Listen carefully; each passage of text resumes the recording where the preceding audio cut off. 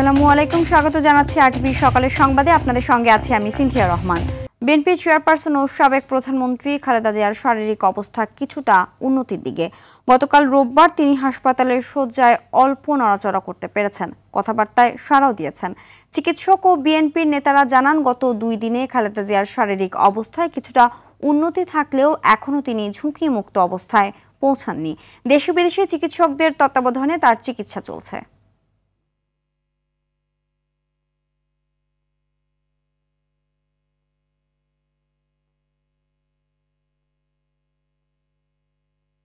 পূর্বাচল নতুন শহর প্রকল্পে রাজধানী উন্নয়ন কর্তৃপক্ষের প্লট বরাদ্দে দুর্নীতির অভিযোগে ক্ষমতাচ্যুত প্রধানমন্ত্রী শেখ হাসিনা, তার বোন শেখ রেহানা এবং শেখ রেহানার মেয়ে ব্রিটিশ এমপি টিউলিপ সিদ্দিক সহ 17 জনের বিরুদ্ধে করা মামলার রায় আজ।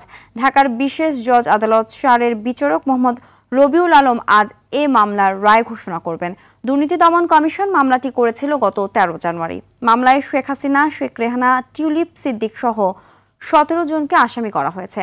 দুদকের অভিযোগ, টিউলিপ সিদ্দিক যুক্তরাজ্যের ক্ষমতাসীন দল লেবার পার্টির এমপির ক্ষমতা ব্যবহার করে মা শেখ রেহানা, বোন আজমিনা সিদ্দিক ও ভাই রাদওয়ান মুজিবের নামে পূর্বাচল নতুন শহর প্রকল্পে প্লট বরাদ্দ নেন। 3 জনই পূর্বাচলে 10 কাঠা করে প্লট বরাদ্দ পেয়েছেন।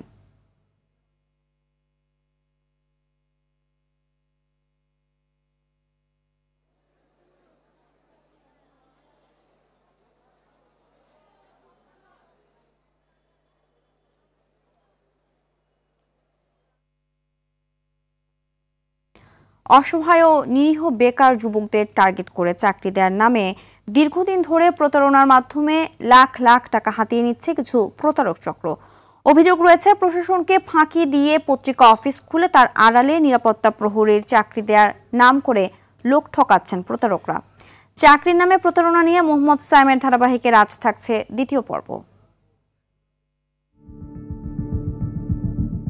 উত্তরার আব্দুল্লাপুরের দৈনিক আজকের আলোকিত সকাল পত্রিকা পত্রিকা অফিসকে ঢাল হিসেবে ব্যবহার করে আড়ালে নিরাপত্তা প্রহরীর চাকরি দেওয়ার নামে প্রতারণার অভিযোগ এ 2 কলেজ ছাত্রীর। অনলাইনে নিউজ দেখে আমি চাকরির আবেদন করছিলাম। ফর্ম করানোর পরে টোটাল 4700 টাকা আর ফর্মের জন্য 600 টাকা। 1 মাস কাজ করছি, এর মধ্যে আমাকে 1500 টাকা দিচ্ছে ঘুরাইতে ঘুরাইতে। এখন আর কোনো টাকা দিচ্ছে না। 3 দিন পরে চাকরির জন্য ফোন দিছি, তারপরে বলছে যে এখন হবে না। পরে 25 তারিখে হয়ে গেছে, তাও দেই না। এখন 1 মাস হয়ে গেছে, টাকা দেই না। তাদের অভিযোগের সত্যতা জানতে টিম আলফা লিমিটেড নামের অফিসে যাই আমরা। প্রথম দেখায় পুরোদস্তুর একটি পত্রিকা অফিস। ভিতরে যেতেই দেখা মেলে অপেক্ষারত চাকরি প্রত্যাশীদের। টিম আলফা লিমিটেড নামের এই প্রতিষ্ঠানের সকল কর্মকর্তা কর্মচারীই সাংবাদিক, তাই প্রথমে তাদের বাধার মুখে পড়তে হয় আমাদের। তথ্য নিতে যোগাযোগ করি সম্পাদকের সাথে। আপনার কাছে আসতেছে, এসে কথা বলতেছে। এবার তার নির্দেশিত ঠিকানা উত্তরা 4 নম্বর সেক্টরের 2 নম্বর রোডের 13 নম্বর বাড়িতে। ভিকটিমদের নিয়ে দৈনিক আজকের আলোকিত সকাল পত্রিকা অফিস নামের টিম আলফা লিমিটেডের প্রধান কার্যালয়ে আমরা। কথা হয় পত্রিকার সম্পাদক ও নির্বাহী সম্পাদকের সাথে। এ দুজনই টিম আলফা লিমিটেডের চেয়ারম্যান ও এমডি। যদি কেউ অভিযোগ করে সাথে সাথে তার প্রাপ্য পাওনাটা দিয়ে দিতে হবে। চাকরির নামে প্রতারিত 2 শিক্ষার্থীর থেকে নেয়া টাকার বিষয়ে সমাধান দিয়ে কোম্পানির এমডি ও পত্রিকার নির্বাহী সম্পাদক জানান, শ্রম অধিদপ্তরের কলকারখানা বিভাগকে ম্যানেজ করেই করছেন এ ব্যবসা। এটা হচ্ছে ঠিকাদার সংস্থার একটা লাইসেন্স থাকে, যেটা আপনার ইস্যু করা হচ্ছে কলকারখানা প্রতিষ্ঠান পরিদর্শন অধিদপ্তর। কিন্তু বেসরকারি নিরাপত্তা সেবা আইন অনুযায়ী প্রতিষ্ঠানের নিবন্ধন দেওয়ার এখতিয়ার মেট্রোপলিটন এলাকায় পুলিশের। ডিএমপি বলছে, অভিযোগ পেলেই ব্যবস্থা নেওয়া হবে। যদি কেউ এরকম আইন লঙ্ঘন করে ব্যবসা পরিচালনা করে, সেই ক্ষেত্রে আমরা আইন অনুযায়ী ব্যবস্থা গ্রহণ করব। আর যদি তারা চাকরি দেওয়ার নামে কাউকে প্রতারিত করে, সেক্ষেত্রে সুনির্দিষ্ট অভিযোগ পেলে আমরা অবশ্যই প্রয়োজনীয় ব্যবস্থা গ্রহণ করব। গণমাধ্যমের নামে এমন প্রতারণার ফাঁদ থেকে অসহায় চাকরি প্রত্যাশীদের রক্ষায় উদ্যোগী হবে সরকার, এমনটাই প্রত্যাশা ভুক্তভোগীদের। মোহাম্মদ সায়েম, আরটিভি, ঢাকা। খুলনায় আদালত চত্বরে গুলির ঘটনার রেশ কাটতে না কাটতেই সন্ত্রাসীদের গুলিতে সম্রাট নামে এক যুবক আহত হয়েছেন। রোববার রাত 9টার দিকে নগরীর লবণচড়া থানার জিন্নাপাড়া মোড়ে এ ঘটনা ঘটে। প্রত্যক্ষদর্শীরা জানায় রাতে মুখোশধারী 3 থেকে 4 দুর্বৃত্ত মোটরসাইকেলে এসে তাকে লক্ষ্য করে গুলি চালায়। এতে প্রথম গুলিটি তিনি হাত দিয়ে ঠেকাতে গেলে কবজিতে গুলিবিদ্ধ হন। পরে হামলাকারীরা ধারালো অস্ত্র দিয়ে আঘাত করে পালিয়ে যায়। এদিকে রবিবার দুপুরে খুলনার আদালত চত্বরের প্রধান ফটকের সামনে 2 সন্ত্রাসীকে গুলি ও চাপাতি দিয়ে কুপিয়ে হত্যার ঘটনায় এখনও কাউকে আটক করা যায়নি বলে জানিয়েছে পুলিশ। গতকাল দুপুর 12টার দিকে শীর্ষ সন্ত্রাসী পলাশ গ্রুপের সদস্য হাসিব হাওলাদার ও ফজলে রাব্বি রাজন অস্ত্র মামলায় হাজিরা শেষে ফেরার পথে খুলনার আদালত চত্বরের প্রধান ফটকের সামনে নিহত হয়।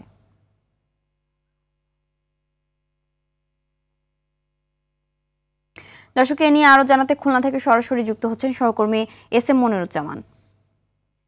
মনির, পরপর দুবার গুলির ঘটনায় নগরবাসীর মধ্যে আতঙ্ক দেখছেন কিনা? আইন শৃঙ্খলা রক্ষাকারী বাহিনীরা কি বলছেন? হ্যাঁ, সিনথিয়া যেমনটা বলছিলেন, গতকাল দুপুরে এবং রাতে পরপর কিন্তু দুটি গুলির ঘটনা ঘটেছে। আপনারা জানেন যে গতকাল আলোচিত খুলনা যে দায়রা জজ আদালত রয়েছে, সেই আদালতের প্রধান ফটকের সামনেই যে হাজিরা দিয়ে বের হওয়ার পথেই ওত পেতে থাকা সন্ত্রাসীরা পলাশ বাহিনীর সদস্য রাজন সহ 2 জনকে গুলিবিদ্ধ করে এবং তারা কিন্তু দুজনেই মৃত্যুবরণ করেন। যার ফলশ্রুতিতে কিন্তু তাৎক্ষণিকভাবে আদালত পাড়ায় এক প্রকার ছোটাছুটি করতে দেখা যায় সাধারণ যারা এসেছিলেন আদালতে।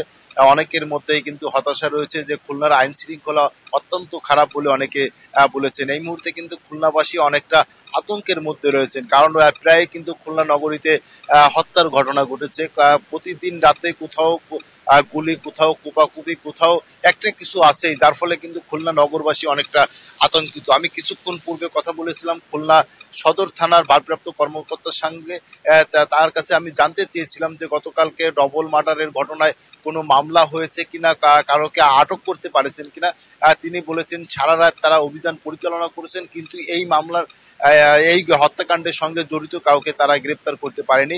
সেই সঙ্গে কিন্তু যে 2 জনকে হত্যা করা হয়েছে তাদের পরিবারের পক্ষ থেকে কিন্তু এখন পর্যন্ত সদর থানায় কেউ মামলা করতে আসেনি বলে জানিয়েছেন ভারপ্রাপ্ত কর্মকর্তা। সেই সঙ্গে গতকাল রাত 9টা থেকে 9:30টার দিকে যে গুলির ঘটনা ঘটেছে নগরীর জিন্নাপাড়ায়, সেই ঘটনায়ও কিন্তু সেই ভুক্তভোগী খুলনা মেডিকেল কলেজ হাসপাতালে চিকিৎসাধীন রয়েছেন। তবে অনেকেই বলছেন যে খুলনা নগরী ধীরে ধীরে কেমন জানি বসবাসের অযোগ্য হয়ে পড়েছে, কারণ এখানে যে প্রতিনিয়ত হত্যাকাণ্ডের ঘটনা ঘটছে, যার ফলে খুলনাবাসী কিন্তু অনেকটা আতঙ্কিত। তাই খুলনাবাসী মনে করেন প্রশাসনের খুলনার দিকে আলাদাভাবে নজর দেওয়া প্রয়োজন। তা নাহলে কিন্তু খুলনার যে আইন শৃঙ্খলা বর্তমান যে অবনতি হয়েছে, আগামীতে যদি আরো অবনতি হয় তাহলে কিন্তু এই শহরে থাকা অনেকটা কষ্টসাধ্য হয়ে যাবে বলে অনেকে কিন্তু মন্তব্য করেছেন।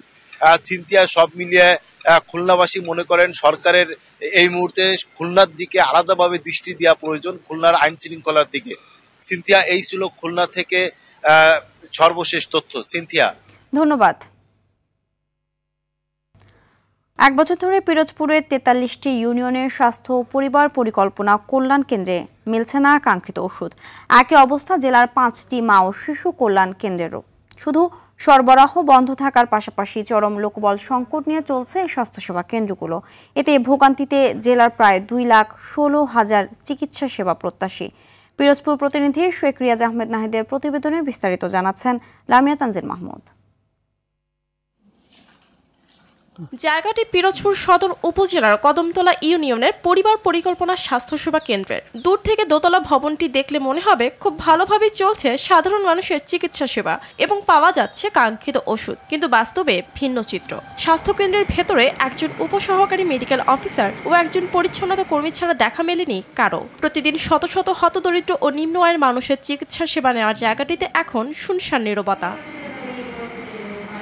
গেল 1 বছর ধরে জেলার 43টি ইউনিয়ন পরিবার পরিকল্পনা স্বাস্থ্য কেন্দ্র এবং 5টি মা ও শিশু কল্যাণ কেন্দ্রে বন্ধ রয়েছে ওষুধ সরবরাহ, আছে লোকবল সংকটও। এতে স্বাস্থ্যসেবা কেন্দ্রগুলোতে দেখা মিলছে না চিকিৎসা প্রত্যাশীদের। ডাক্তাররাই বলে আমাদের কোনো ওষুধপত্র এখানে নাই, তাহলে কি করবে? এখানে যদি এখন হঠাৎ একজন আপনার মনে করেন একজন রুগী আসলো, তার নিয়ে যাওয়া লাগবে পিরোজপুরে। নানান সমস্যা থাকে মানুষের, এত দূরে যাওয়া কি সম্ভব? বাচ্চাদের অসুখ হয়, আমাদের হয়, আমরা তো কোনো সময় কিনতেও পারি না।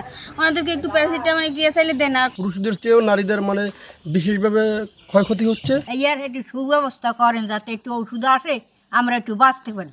এদিকে ওষুধ সরবরাহ বন্ধ থাকলেও অন্যান্য সেবা চলমান রয়েছে বলে জানান জেলা পরিবার পরিকল্পনা বিভাগ। মাঠ পর্যায়ে যে ওষুধের চাহিদা আছে, জনগণের সেবা থেকে সেবা কার্যক্রম যে ব্যাহত হচ্ছে, এই বিষয়গুলো আমরা ঊর্ধ্বতন কর্তৃপক্ষকে জানিয়েছি।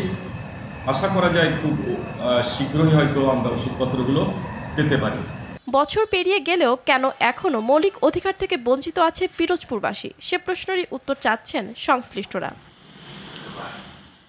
লামিয়া তানজিন মাহমুদ, RTV। বিএনপির চেয়ারপারসন ও সাবেক প্রধানমন্ত্রী খালেদা জিয়ার শারীরিক অবস্থা কিছুটা উন্নতির দিকে। দর্শক, এই বিষয়ে জানাতে রাজধানীর এভারকেয়ার হাসপাতাল থেকে যুক্ত হচ্ছেন শামীম চৌধুরী। শামীম, খালেদা জিয়ার শারীরিক অবস্থার উন্নতি হয়েছে কিনা, নতুন কি তথ্য আছে জানাবেন?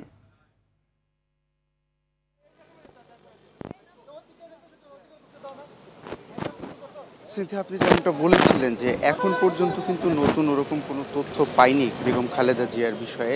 তবে গতকাল বিএনপির সিনিয়র যুগ্ম মহাসচিব উনি বিএনপির কেন্দ্রীয় কার্যালয়ে সংবাদ সম্মেলন করেছেন এবং এই সংবাদ সম্মেলনে কিন্তু উনি বলেছিলেন যে বেগম খালেদা জিয়ার শারীরিক অবস্থা অপরিবর্তিত রয়েছে, অর্থাৎ এখন পর্যন্ত ওনার শারীরিক অবস্থা এবং ওনার দেশে যাওয়ার বিষয়ে এখন পর্যন্ত কিন্তু কোনো সিদ্ধান্ত হয়নি এবং বলেছেন যে যদি ডাক্তার সিদ্ধান্ত দেন সেক্ষেত্রে কিন্তু ওনাকে বিদেশে নেওয়ার বিষয়ে সিদ্ধান্ত আসতে পারে এবং ওনার এই সার্বক্ষণিক শরীরের অবস্থা সম্পর্কে কিন্তু খোঁজ খবর চেয়ারম্যান তারেক রহমান। আর আপনার মাধ্যমে আরো একটা বিষয় আপনাকে জানিয়ে দিতে চাই, সেটি হচ্ছে যে এই যে এভারকেয়ার হসপিটাল রয়েছে তার প্রধান ফটকের সামনে কিন্তু প্রচুর পরিমাণ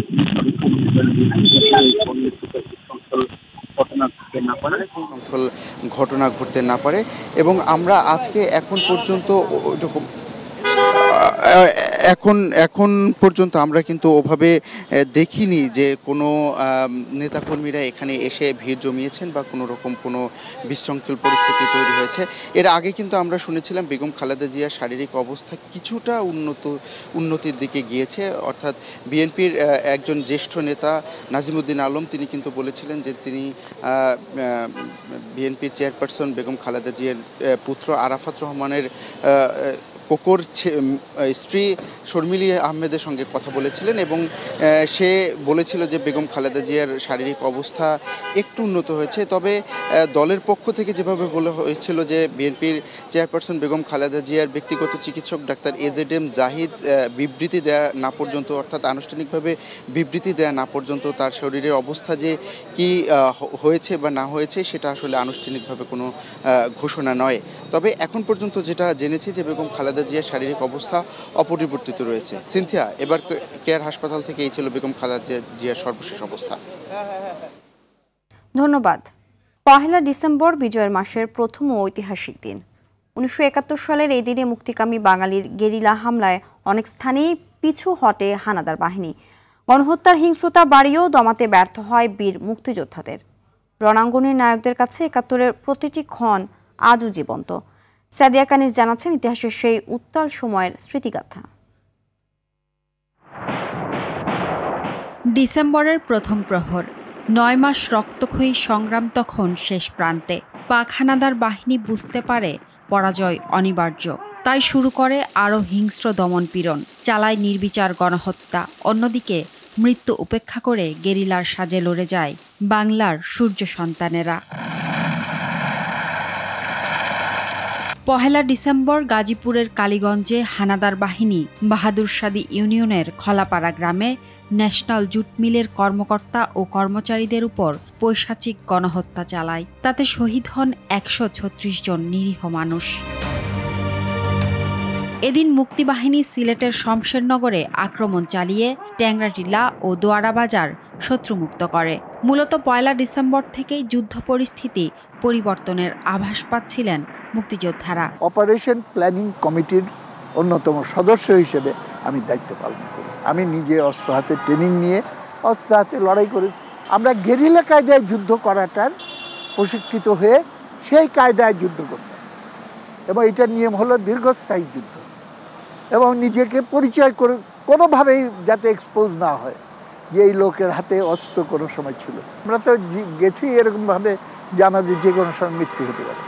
হ্যাঁ, তা আমরা দেশের জন্য উৎসর্গ করার চিন্তা নিয়েই তো আমরা গিয়েছি। দিনটি মনে করিয়ে দেয় স্বাধীনতার জন্য কি ভয়াবহ মূল্য দিতে হয়েছে এই জাতিকে। আজকের প্রজন্মের কাছে তাই বিজয়ের মাস শুধু উদযাপন নয়, মুক্তিযুদ্ধের ইতিহাস মনে রাখার অঙ্গীকারও। পাক হানাদার বাহিনী যেইভাবে আমাদেরকে বলতো তারা মুক্তি আয়া হ্যায়, মানে মুক্তিকে ভয় পেত, মুক্তিযোদ্ধাদেরকে বলতো মুক্তি, এবং তারা এরকমভাবে ভীত সন্ত্রস্ত হয়ে গেছে যে এখন দীর্ঘস্থায়ী যুদ্ধের ভেতরে যাওয়া এইটা সম্ভব হচ্ছে না। এখন আমাদেরকে অল্প সময়ের ভেতরে বিজয় অর্জন করতে হবে। যারা মুক্তিযুদ্ধ এবং স্বাধীনতা বিরোধী তারা নতুন প্রজন্মকে মুক্তিযুদ্ধের বিরুদ্ধে নিয়ে যাওয়ার চেষ্টা করছে, এটা কোনোদিনই বরদাস্ত করা হবে না। সেদিন বাংলাদেশ থেকে পাকিস্তানকে সেনা অপসারণের আহ্বান জানান ভারতের তৎকালীন প্রধানমন্ত্রী ইন্দিরা গান্ধী। সাদিয়া কানিজ, RTV, ঢাকা।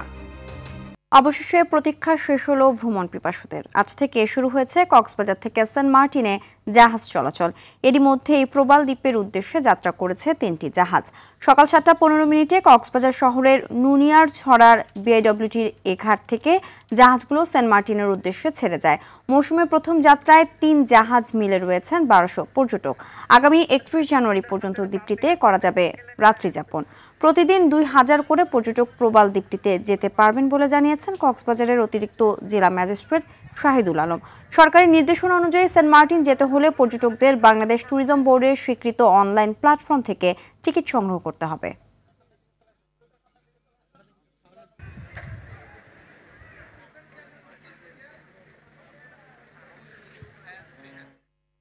এ নিয়ে আরো জানাতে কক্সবাজার থেকে সরাসরি যুক্ত হচ্ছেন সহকর্মী সাইফুর রহিম শাহিন। শাহিন, পর্যটকদের উচ্ছ্বাস কেমন দেখছেন, বিস্তারিত জানাবেন।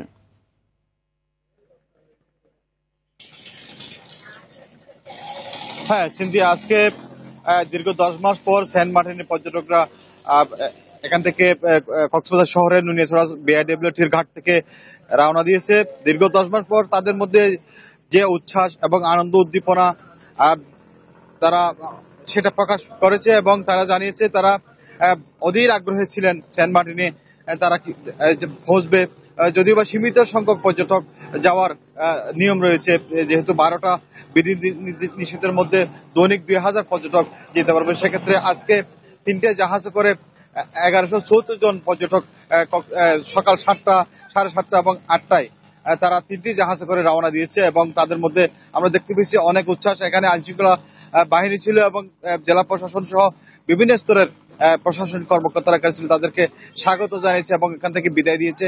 কক্সবাজার শহর থেকে তারা এখান থেকে আজকে বিকাল নাগাদ সেন্ট মার্টিন পৌঁছবে এবং কালকে বিকাল নাগাদ আবার কক্সবাজার শহরের উদ্দেশ্যে রওনা দেবে।